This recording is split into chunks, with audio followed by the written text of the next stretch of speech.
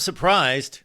No, I'm shocked that those NFL teams that drafted all those Georgia players from the 2021 and 22 teams would allow them to risk injury and the wear and tear and the travel to go play a college football game on Saturday, because that had to be those guys, those teams, right?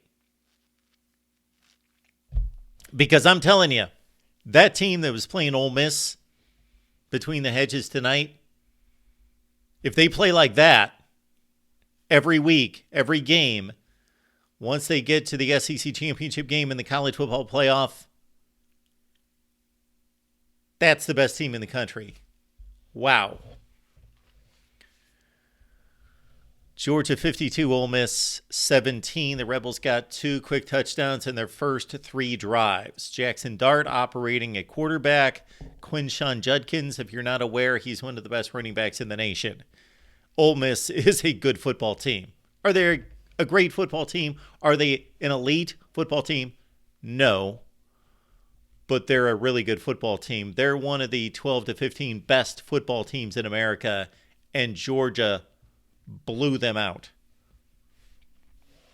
Again, the Rebels had a good game plan. You know that. Lane Kiffin, especially on offense, had it lined up. 11 plays, 75 yards, 9 plays, 75 yards, 2 of the first 3 drives. And Ole Miss was right there with Georgia. This looked like it was going to be possibly a 56-52 shootout. But then the Georgia defense woke up, slapped themselves in the face, or somebody slapped them in the face, Kirby Smart, and they got it together. This was a heck of a first quarter, and then after that, Georgia. Wow. Wow. Okay, this is what it comes down to. We're going to mention a lot of stars, like Brack Bowers came back tonight from the ankle injury. He is one of the best players in college football. He's the best tight end in college football. That's without question. And all things taken in consideration, might be the best player in college football. He was back tonight. But this came down to Tate Ratledge, Xavier Truss, Cedric Van Pran. You know who those guys are, right? I had to reacquaint myself. I know who all those guys are, but I forgot about them because you know what? They're offensive linemen. But they are the number one reason why Georgia dominated this game. Let's talk offense first, then the Georgia defense. Also, Amarius Mims, probably the most talented offensive lineman for Georgia. Maybe not necessarily the best, but the most talented. He missed the Florida game. He was questionable for this game. He came back. He played. The Georgia offensive line took control of this game. 300 yards rushing on 35 carries. 35 for 300. That's 8.6 yards per carry. That's also a clean Carson Beck, meaning when Holly Rowe talked to him after the game, did you see? And she made note of this. The uniform's completely clean.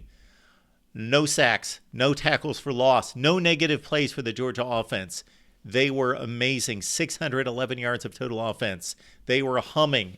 And again, we've got to credit, first and foremost, the offensive line. This has been the best offensive line during this dominant run. I know that other schools' offensive lines have won awards as the best. They have not been the best. They've been really good. Georgia's had the best offensive line, and they look like the best team. So Carson Beck, excellent quarterback. That's all there is to it. He is really, really good. And when he has that kind of time to throw, sure, that helps. My goodness. The Georgia defense was missing Jamon Dumas-Johnson, one of the top defensive backs in the country. But they went, again, Lane Kiffin schemed some things up, made some things happen, and Ole Miss is really good on offense to get those 2 touchdowns. Then after that, it was a beat down.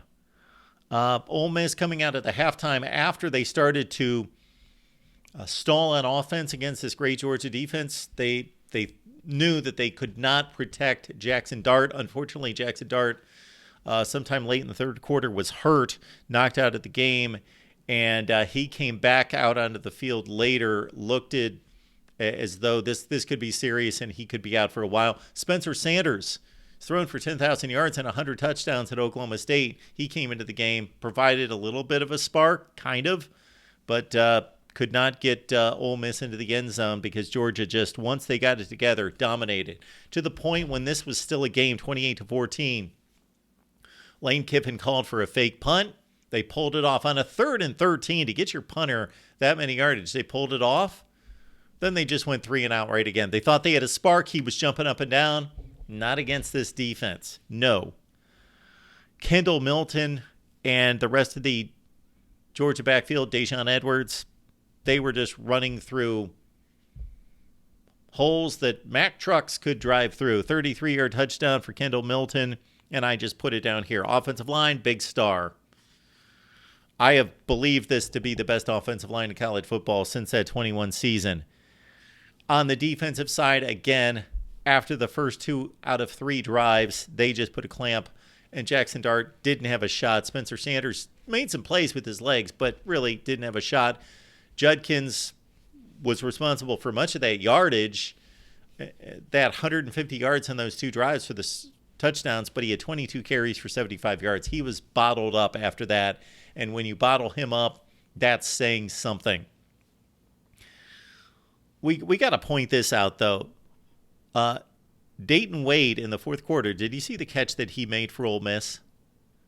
I can't describe it. I could. He was like contorted all the way back and caught the ball with one hand, the back end of the football. I was for sure that was Trey Harris because he did the same thing for Ole Miss last week. These Ole Miss wide receivers, they lead I don't know if they're the best wide receiver room in the country. Ohio State, Washington, Florida State, Texas. But when it comes to making those kind of ridiculous catches, yeah, those are the 2 best I've seen all season, both Ole Miss Rebels. But they need a lot more than just magicians playing wide receiver to do anything. This defense was missing Julian Humphrey. He had to leave the game with a shoulder injury. Again, Jamon Dumas-Johnson out of the game. And, of course, the NFL losses are ridiculous over the last 2 drafts. 8 first-rounders, 19 total players. Ladd McConkey had to leave the game at one point with an ankle injury. Hopefully he's okay. Georgia's got Tennessee on the road next week, and the way the Vols matched up against Missouri today and getting blasted, just annihilated in the second half after a close first half, man, Georgia is amazing. Ole Miss is a good football team. They're 8-2. They will look to close out their year. They've got Mississippi State, of course, in the Egg Bowl in 2 weeks on Thanksgiving night. But for Georgia, East champion, they're on a collision course with Alabama. This is what it is. It's Bama. It's Georgia. We get that showdown once again. It should be incredible because Bama's on its game. They put up a 50-spot 49, right, on Kentucky today. Bama, Georgia, this is what we expected. This is what it's supposed to be. And these are the dominant programs in college football over the last 4 or 5 years. For Bama, longer, of course. Your comments down below, what you expect of the SEC championship game. Are there any issues with Georgia? Any? Is this not the best? Even to the point where the Georgia punter and punt coverage has not allowed a punt return this year. None.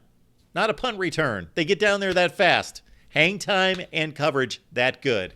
Wow. Georgia's loaded. They're great. I think there are about 4 or 5 teams separating themselves, but if it's much like it was the last 2 years, there might be one team separating itself. Would love to hear from you right here at the Voice of College Football.